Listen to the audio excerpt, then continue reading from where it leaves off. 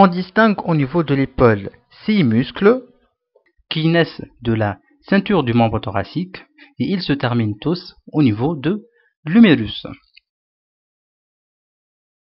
On va commencer par étudier le muscle deltoïde.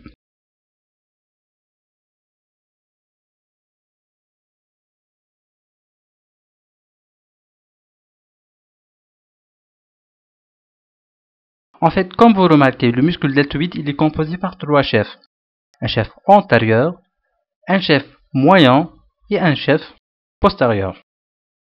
Ce muscle-là, il prend naissance au niveau de la clavicule, de l'acromion de la scapula ainsi que de l'épine de la scapula. Donc, je répète, le muscle deltoïde il est composé par 3 chefs, un chef antérieur, moyen et postérieur, et il prend naissance au niveau de la clavicule, l'acromion et l'épine de la scapula.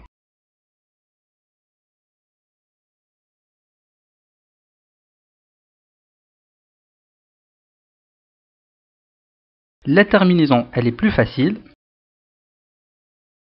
Le muscle deltoïde, il se termine sur la tubérosité deltoïdienne au niveau de la face latérale de l'humérus. Ce muscle, il est innervé par le nerf axillaire, appelé également le nerf circonflexe, et il assure l'abduction de l'épaule. Passons maintenant à étudier le deuxième muscle qui sera le muscle supraépineux.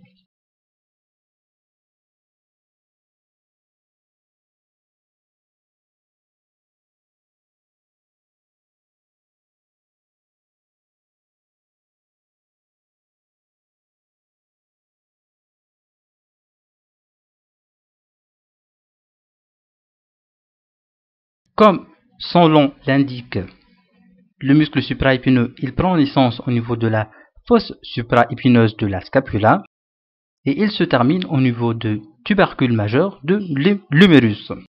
Il est innervé par le nerf suprascapulaire et il est accessoire dans l'abduction de l'épaule. Car, comme on a dit, le muscle principal dans l'abduction de l'épaule, il est le muscle deltoïde. Le muscle suivant est le muscle infraépineux. Il prend naissance au niveau de la fosse infraépineuse et il se termine également au niveau du tubercule majeur de l'humérus. Il est innervé par le nerf suprascapulaire comme pour le muscle supraépineux et il assure la rotation latérale du bras.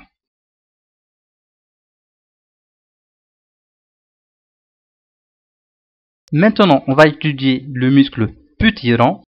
Il prend naissance au niveau du bord latéral de la scapula et il se termine au niveau du tubercule majeur de l'humérus. Il est innervé par le nerf axillaire et il assure la rotation latérale du bras. L'avant-dernier muscle qu'on va étudier sera le muscle grand rond. Il prend naissance au niveau du bord latéral de la scapula et il se termine au niveau de la crête du tubercule mineur de l'humérus. Il est innervé par le nerf subscapulaire et il assure l'adduction et la rotation médiale du bras. Le dernier muscle